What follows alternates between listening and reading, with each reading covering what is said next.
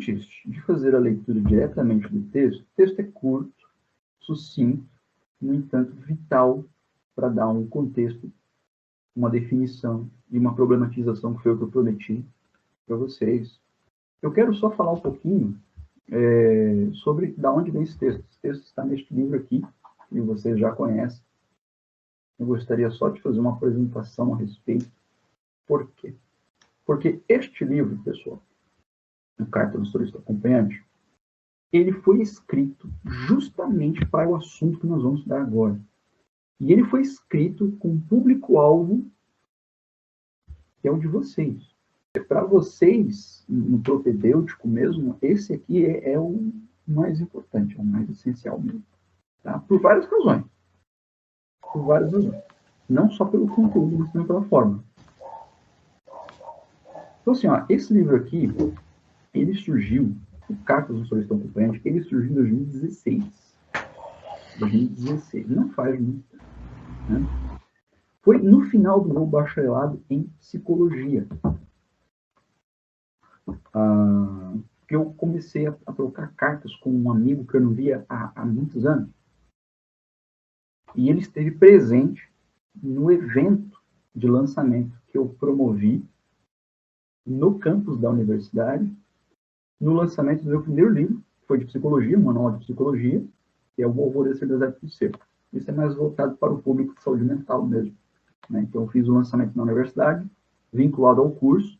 Então, todos os docentes da área de psicologia foram convidados, todas as turmas de psicologia foram convidadas, né? O reitor ficou bem contente, então a coordenadoria facilitou, colocaram até um cafezinho lá, né, com salgadinhos, então foi um espaço, assim, bem preparado para o público de psicologia, né. Então ele esteve lá, esse amigo meu esteve lá, nós éramos amigos já de muitos anos, a gente ficou um tempo sem se ver por conta de razões acadêmicas, de trabalho e de logística da vida, né, a gente vai se distanciando, né. Então a gente retomou o contato.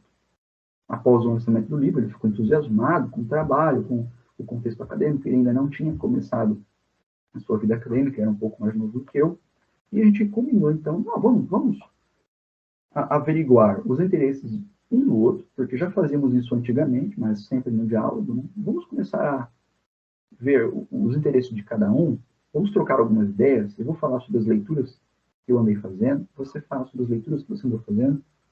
Só que em vez da gente fazer isso pela internet, em vez da gente fazer isso na correria das mídias sociais, de mensageiros instantâneos, vamos escrever cartas. Por que não? Vamos escrever cartas intelectuais, com paciência, calma, tranquilidade, e vamos apreciar o desenvolvimento um do outro. Né? Então a gente começou a escrever cartas contendo ensaios filosóficos. Dentro desses ensaios haviam trechos de poemas, né? Tinham, da minha parte, eu estava estudando bastante mitologia, perspectiva romana, mitologia grega, então mitologia greco-romana. Então eu fazia as minhas interpretações mitológicas, trocávamos apreciações musicais, até porque ele estava muito envolvido com música, músico na época, ele era músico, então ele estava fazendo conservatório, né? Então a gente desenvolveu algumas dissertações em filosofia da existência, algumas leituras iniciais em literatura clássica. Então, assim, a gente criou esse tempo particular para troca de cartas, né? E as cartas, elas solicitam um zelo todo especial, né? Um trabalho assim, de reflexão e paciência que perdeu-se com a escrita da internet. Isso foi se perdendo, está se perdendo cada vez mais. E foi uma experiência bastante compensadora para nós dois, né? Porque não encontramos apenas um companheiro de estudo, não fortalecemos apenas os interesses que já tínhamos, mas criamos novos interesses e nós nos fortalecíamos, nos reforçávamos naquilo que queríamos fazer, naqueles que seriam os nossos propósitos de vida, e inclusive ajudou a mim e a ele a fazer uma nova escolha de formação. Então eu percebi que eu tinha um ímpeto filosófico que não havia sido nem 5% satisfeito na psicologia, na verdade, tentaram matar isso, tentam matar a filosofia dentro de todas as áreas científicas, de todos os modos possíveis, é uma tendência que começou já no começo do século XX, isso, Isso tem um contexto, tem uma explicação para isso. E ele buscou, então, em vez de seguir na arte musical ou fazer um curso de artes que ele havia tentado, ele realmente decidiu se jogar na história, fazer um curso de história. Cada um tomou essa decisão a partir dessa troca de cartas. Então, assim, por que eu quis publicar isso? Porque eu fui considerando o volume das minhas cartas, né? Porque as cartas dele eram, assim, 2 páginas, né? As minhas começaram com 3, foram para 15, foram para 30, até que a última carta foi 115. Então, eu pensei, não, acho que dava para fazer alguma coisa com isso, além de só colocar num envelope e guardar, né? Perder. Então, eu pensei, eu vou digitalizar, vou digitar, né? Vou organizar isso, eu acho que dá para publicar, porque muitos desses assuntos, livros que a gente foi achando, ideias que a gente foi trocando, conclusões que chegam só a partir de um diálogo, só dá para definir filosofia como diálogo, como Platão fez, como Sócrates fez, né? Filosofia como diálogo, diálogo como a essência da filosofia. Eu pensei que muitas pessoas poderiam se beneficiar disso. Né? Então, assim, grandes nomes da literatura estavam ali. Né? Uma discussão em Platão estava ali, uma discussão em Platão estava ali. Então, poxa, não, isso não está tão acessível assim, não é tão comum. Havia muita poesia e muita tradução. Né? Na verdade, foi uma das minhas primeiras aventuras com traduções, começou ali. Na verdade, eu havia feito algumas na psicologia, mas nada muito empenhado. Isso começou aqui, nas cartas, as pequenas traduções de poesia, de música. Né? Então, o que acontece? Eu reuni tudo e fiquei 1 ano trabalhando na revisão, na correção, na organização, na edição, transformando os tempos verbais, os pronomes, e adaptando a carta para que ela seja publicada num livro, como se fosse um livro escrito num fôlego só. Então você lê o livro e não parece que você está lendo assim cartas, na verdade. Parece que o livro inteiro é uma carta só, né? Justamente por conta dessa adaptação, para deixar a leitura mais fluida e sem interrupções. Sem interrupções. Então aí em março de 2018 eu contatei a editora Multifoco, tem sede no Rio de Janeiro, e fiz o lançamento da obra aqui no município de Brusque, no museu aqui da cidade, o Museu Casa de Brusque. E aí teve presença de algumas autoridades locais, teve a representação da Academia Brasileira de Letras, veio aqui o presidente aqui da regional, da sucursal, marcar presença e tudo mais. Foi bacana, foi uma noite bem bacana. Assim, o livro, ele é estilo epistolar, já ficou claro, ensaístico, epistolar. São 451 páginas e quase 700 notas de rodapé. Ou seja, são 650 notas de rodapé, um pouco mais, até acho que umas 660, com indicações, com referências de obras reconhecidas. Poema, pintura, música, referências de alta cultura, que você pode estar consultando ao longo da leitura do livro. Então, assim, o livro ele tem algo a mais. Não é só você ler o que eu escrevi com um amigo, uma troca e pronto. Né? Tem algo a mais. Tem uma busca formativa implícita aqui. O estilo filosófico, eu procurei reviver aquele fogo apaixonado da primeira filosofia, da pré-socrática, né? Que eram filósofos muito vinculados à poesia e ao pensamento mítico. A filosofia ainda não se chamava filosofia. Ela estava mais vinculada a uma produção de pensamento e sem nome, sabe? Algo muito mais livre, muito mais poético, podemos dizer assim. Por isso que eu acabei chamando esse estilo de filosofia poética na época. Né? Então, reunindo esse espírito de produção dos sábios orientais, né, dos primeiros profetas, dos primeiros poetas. E esse projeto aí, vamos dizer assim, esse projeto de retorno aos antigos, Isso já é conhecido nosso, né? Até eu citei hoje na introdução da aula. Esse movimento cultural de retorno aos antigos, ele aconteceu na Europa no século XIX sob o nome de romantismo. Romantismo, né? Os românticos, essa conotação do romântico, romantique, foi criada por Jean-Jacques Rousseau, né? Lá ao longo da tristeza dos seus exílios, o romântico como o bravio, o romântico como o selvático e, ao mesmo tempo, nostálgico. E a minha primeira carta, o meu primeiro escrito nessa troca epistolar foi uma interpretação minha sobre a mitologia grega, e a réplica do meu correspondente foi sobre as suas aulas de música no Conservatório de Itajaí.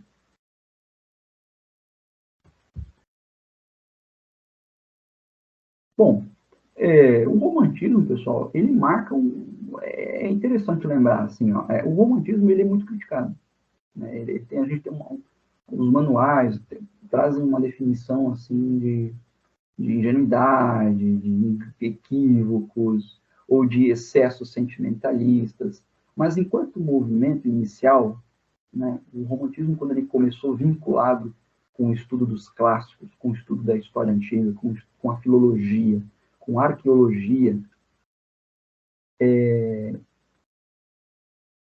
ele é um grande momento espiritual da história europeia.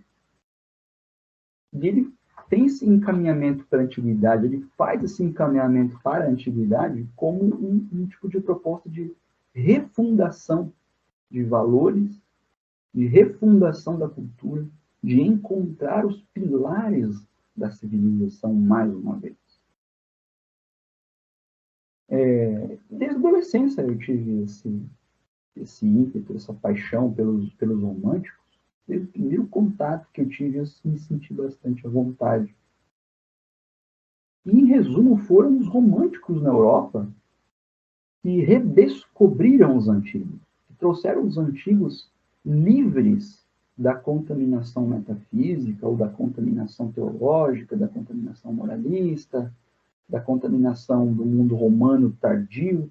Eles que buscaram os gregos nos gregos. E o primeiro nome disso é Winckelmann. Winckelmann. Então, se para os europeus o romantismo foi a descoberta do mundo antigo, no Brasil, na literatura romântica, deu o interesse indianista aqui. Então, de outro modo, no Brasil, o romantismo ele foi o primeiro passo da literatura brasileira. O romantismo foi o que despertou o espírito estético nestas terras. Tudo começou no Brasil com o romantismo. Então, ele tem esse mérito de ser um novo começo. Um novo começo.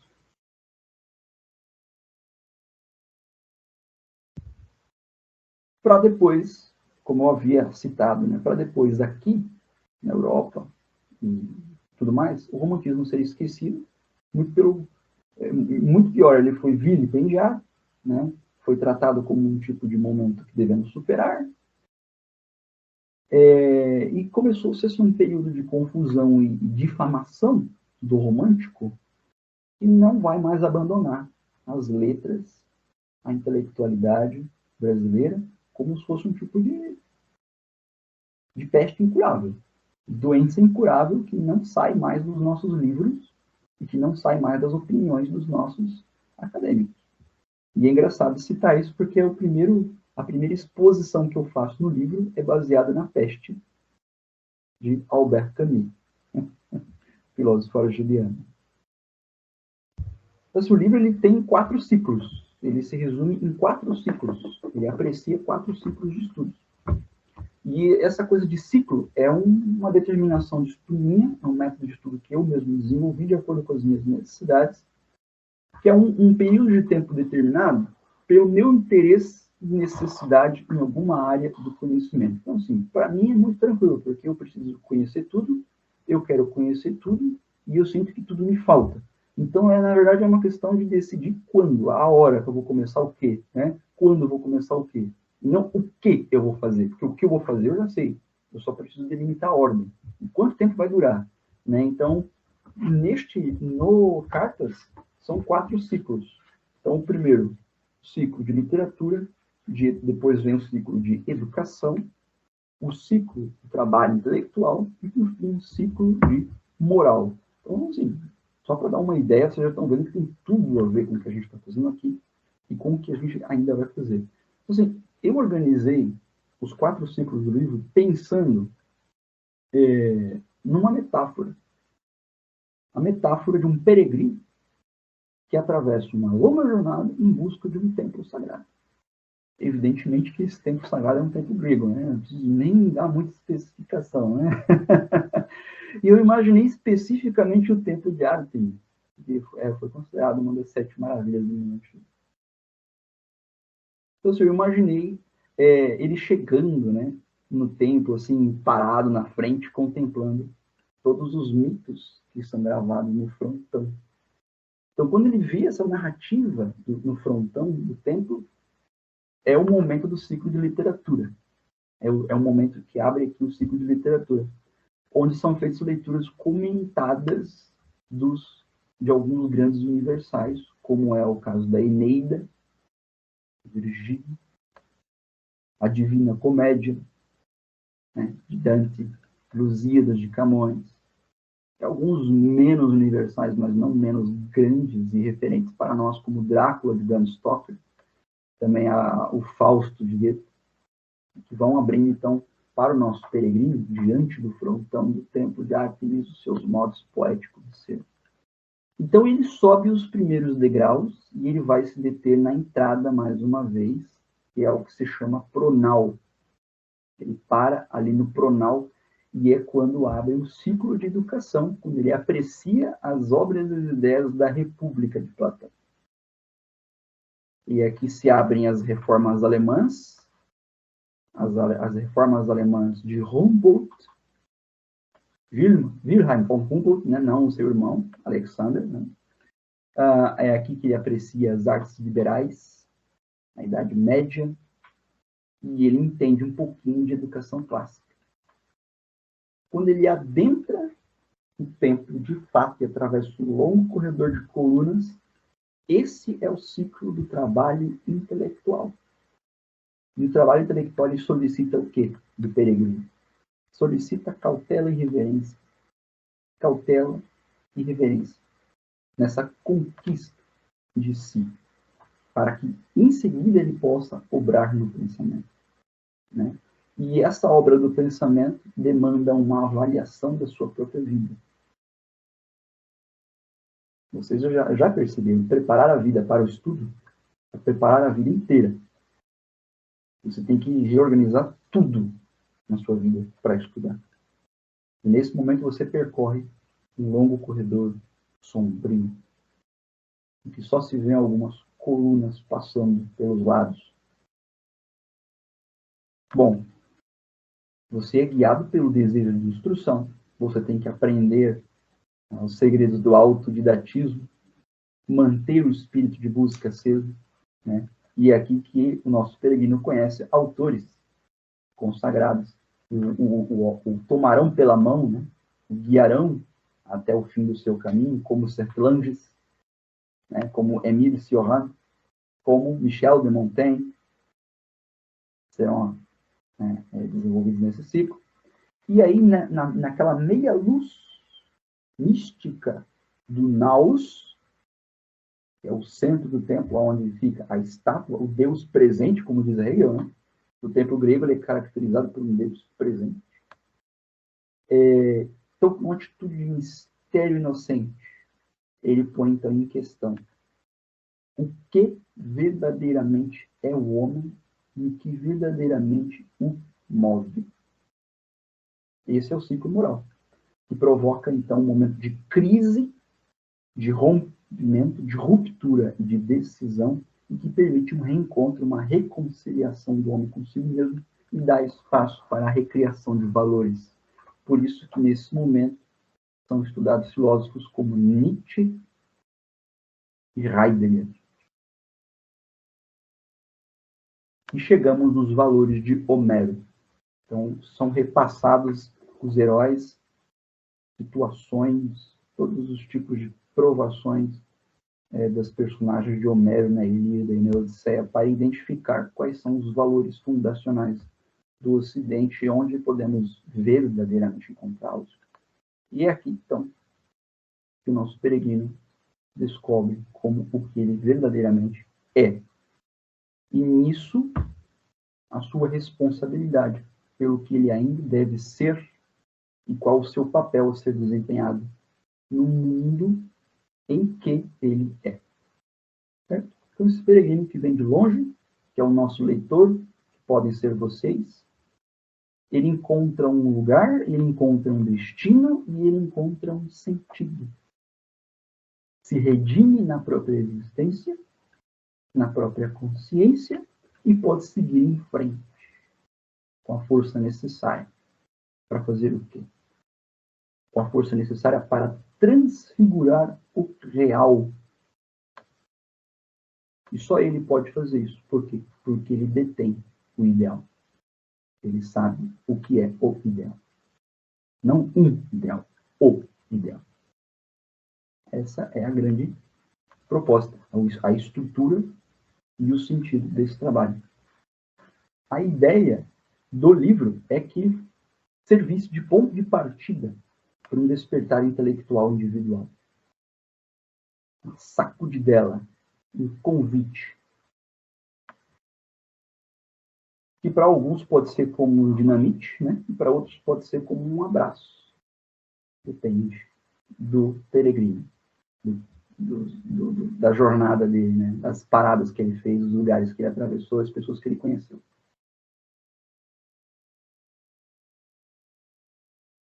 E assim, nada pode abalar uma vontade forte, né?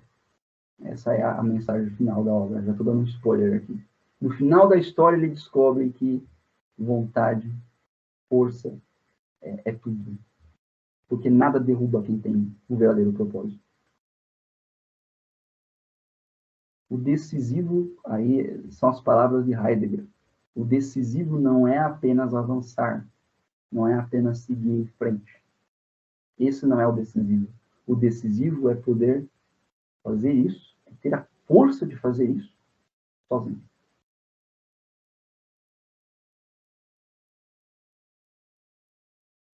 E foi, por alguns anos, foi o que eu fiz. Eu sempre fui muito sozinho, não porque eu quis, né? Apenas porque não havia outro modo de eu ser o que eu sou, quem eu sou, e fazer o que eu quero fazer. É preciso ter força para fazer e ir em frente, mas fazer isso só.